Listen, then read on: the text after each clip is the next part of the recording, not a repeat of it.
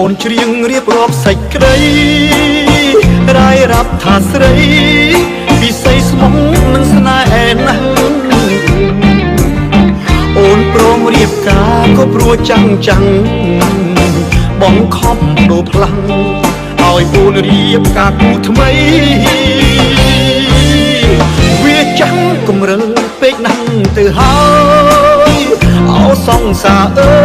យមិនបាច់អូនប្រឹងបំភ្លៃបើជ្រឹងយកគេរៀបការចុងថ្លៃតែសូមចិត្តស្រីកុំក្រឡៃដាក់ចាំងទុំបងដឹងបងក្រគេមានដល់កស្រីល្អកថាស័ក្តិសមយកលេងផ្ដេសផ្ដាំចោលតាំងចាស់ទុំហើយថែមចោលព្រំលីខិតអរគុណពីមុនដែលស្រឡាញ់បងកុំព្រួយនួនល្អថាបងទៅរំខានស្រីពីសងសាក្រជូនបងពិសីសូមឲ្យរូបស្រីចរណៃអូនបានសុខខា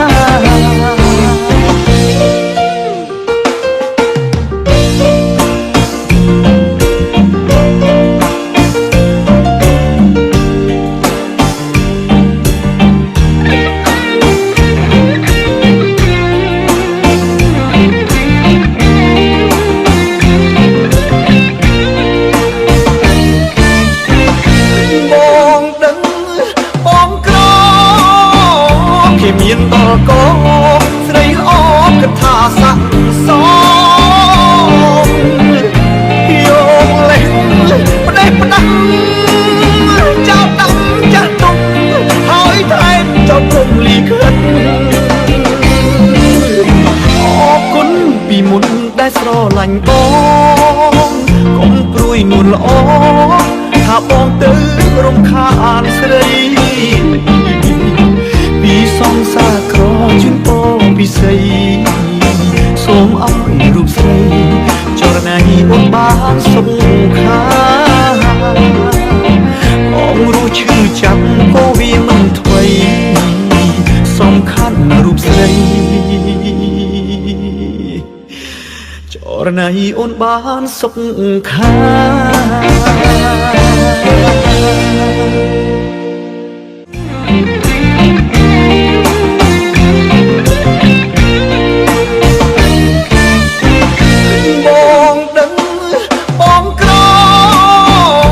គេមានដល់ក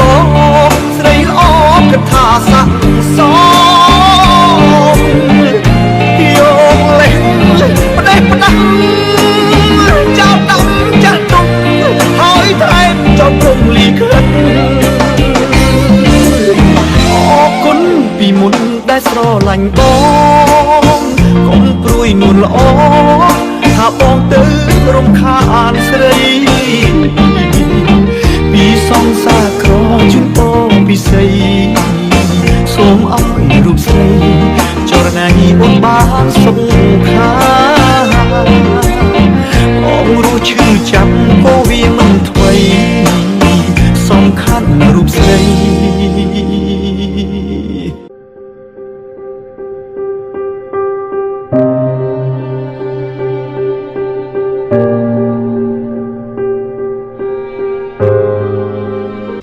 បងដឹង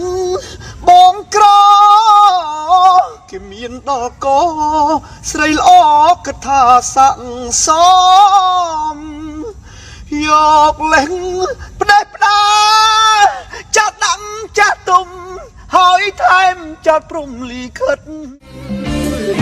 អរគុណពីមុនដែលស្រឡាញ់បងកុំព្រួយនួនល្អថាបងទៅរំខានស្រីពីសងសាក្រជូនបងពិសីសូមឲ្យរូបស្រីចរណៃអូនបានសុខខាបងរស់ឈឺចាប់ក៏វាមិនថ្មី